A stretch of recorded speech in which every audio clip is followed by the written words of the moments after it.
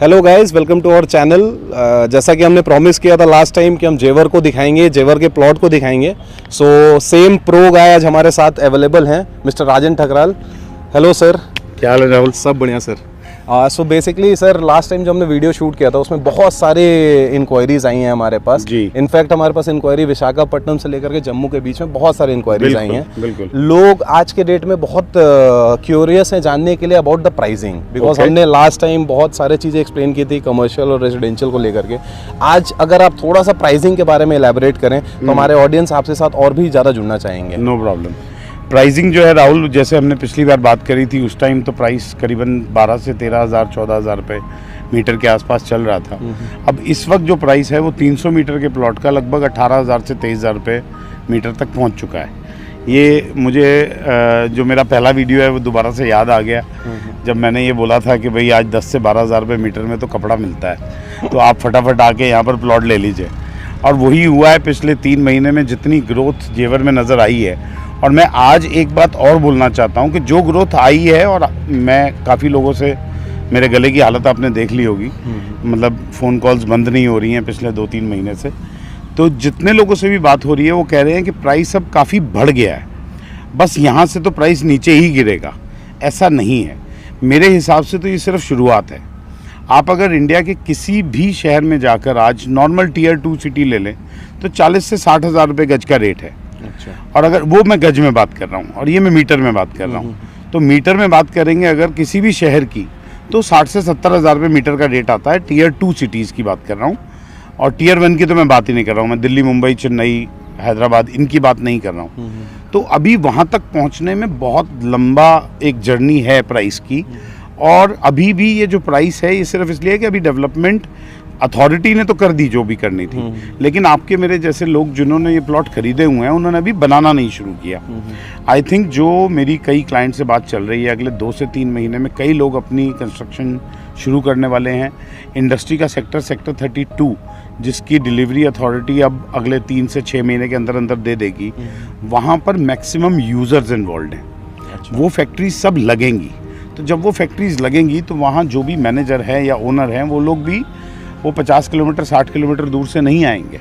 अगले साल 1.5 साल के अंदर आपको ज़्यादा नहीं, अगर 10% ऑक्यूपेंसी भी दिखती है तो तब तक मेरे हिसाब से, ये मेरा ओपिनियन है कि 30 से 35,000 रुपये का रेट तक तो पहुंचने में कोई वो पहला पड़ाव है। अच्छा, वो तो सिर्फ पहला पड़ाव होगा। अच्छा, सो बेसिकली सर, जैसा कि आपने लास्ट वीडियो में बताया था कि आप हमें जेवर का टूर कराओगे जी। सो ये बेसिकली जहाँ पे हम लोग खड़े हैं ये रेसिडेंशियल अपार्टमेंट है, रेसिडेंशियल प्लॉट है, सेक्टर 18 आपने जैसा बताया था जी जी। सो यहाँ से कमर्शियल अगर आप लें तो कमर्शियल कितना दूर है?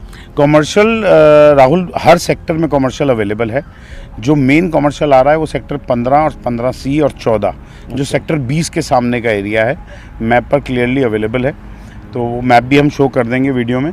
और 15C 14 वो कमर्शियल एरिया है, और जितने इंडस्ट्रियल एरिया की बेल्ट है उसका जितना भी फ्रंट है वो भी कमर्शियल है, सारा 4 स्टार 5 स्टार होटल्स हैं, क्योंकि वो एयरपोर्ट के पास होगा। एयरपोर्ट के पास। बेसिकली सर, ऑडियंस बेसिकली ये जानना चाह रही है कि आपके साथ और भी कौन कौन लोग जुड़े हुए हैं आपकी टीम जी में? मेरी टीम जो है पिछले 3 महीने में काफ़ी ग्रो कर गई है। हमारा सैटेलाइट ऑफिस शुरू होने वाले हैं। एक ऑफिस कुरुक्षेत्र में शुरू होने वाला है, एक ऑफिस हैदराबाद में शुरू होने वाला है। क्योंकि इस वक्त जो इंक्वायरी है, मेरे करियर में पहली बार ऐसा हुआ है कि मैंने अंडमान निकोबार में किसी बंदे को बैठे हुए यहाँ पर, और वो वीडियो के थ्रू ही हुआ था। ये क्रेडिट भी आपको देना चाहिए क्योंकि लास्ट वीडियो में हमारे पास अंडमान से इंक्वायरी आई थी। अंडमान से, जम्मू से, उड़ीसा से, मतलब जहाँ जहाँ मैंने नहीं सोचा था, अहमदाबाद, कोई भी ऐसा स्टेट नहीं है इंडिया का जहाँ से लोग इस एरिया में इन्वेस्ट ना कर रहे हैं। Wow, that's great, sir. So I basically wants to introduce your partner as well. So here is Mr. Piyush Mathur. Hi Rahul. So ये भी टेक केयर करते हैं real estate zenith associate company को जी। So basically sir, आपसे मैं ये जानना चाह रहा हूँ कि अभी जैसे रेसिडेंशियल में हम लोग खड़े हैं, ये सेक्टर 18 पड़ता है रेसिडेंशियल का जी। यहाँ से एयरपोर्ट की दूरी कितनी है और कनेक्टिविटी क्या है फ्यूचर को लेकर के इसकी? राहुल, सेक्टर 18 से जो एयरपोर्ट है वो लगभग 10-11 किलोमीटर दूर है, और कनेक्टिविटी ग्रेटर नोएडा से सेक्टर 18 और एयरपोर्ट सब कनेक्ट कर रहे हैं। अच्छा। तो it will be connected by metro, और पॉट टैक्सीज भी अवेलेबल होंगी इन फ्यूचर, जहाँ से पूरी कनेक्टिविटी हो जाएगी। So this area will be very well connected. Wow, that's great. तो बोला जाता है, मतलब ऐसा बोला जाए कि नोएडा से भी एक बड़ा सिटी डेवलप होने वाला है।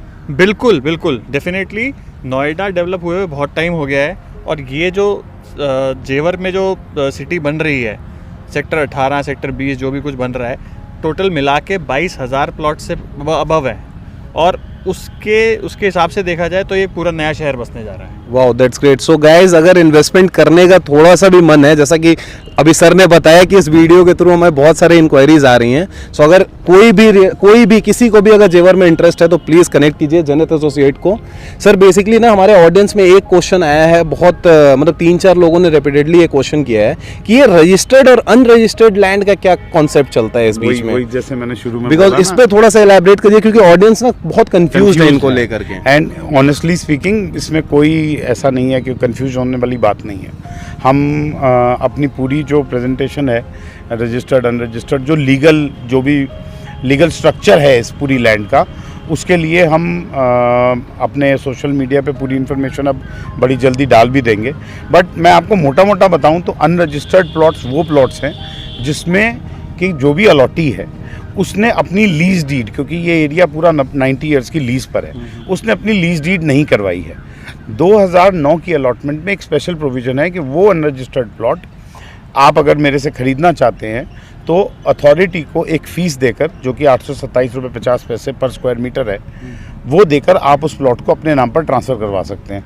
फिर अथॉरिटी डायरेक्टली आपकी लीज डीड करेगी, जिसको हम कॉमन लैंग्वेज में रजिस्ट्री बोलते हैं। और जो रजिस्टर्ड प्लॉट हैं वो बहुत सिंपल, जैसे सब जगह रजिस्ट्री वाले प्लॉट होते हैं, यहाँ पर वो लीज डीड होती है।